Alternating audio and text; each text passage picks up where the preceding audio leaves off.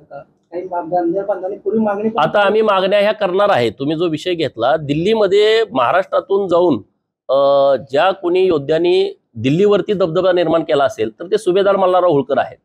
सुभेदार मल्हारराव होळकरांचं नाव जरी ऐकलं तर दिल्ली थरथर कापायची।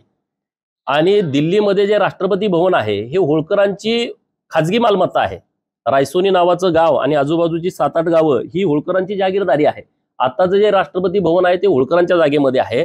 आणि आमच्या मागण्या आहेत, आता आम्ही माननीय देवाभाऊंच्याकडे या मागण्या देणार आहोत की दिल्लीमध्ये तुम्ही आता म्हटला त्या पद्धतीने अहिल्यादेवींचं एक मोठं स्मारक होणं अपेक्षित आहे। या होळकर घराण्याचे मूळ पुरुष आहेत सुभेदार मल्हारराव होळकर, यांचं स्मारक कुठंच नाही आहे, त्यांचं स्मारक होण्याची आवश्यकता आहे। तर हे सगळे जे विषय आहेत ते आम्ही पत्ररूपी आम्ही माननीय मुख्यमंत्री महोदयांच्याकडे ह्या सगळ्या मागण्या 31 तारखेला आम्ही करू। त्याला निधी मिळत नाही, अजितदादांकडे आर्थिक खातं आहे, त्यामुळे कुठेतरी ह्या गोष्टी अडवल्या जातात अशी चर्चा होती।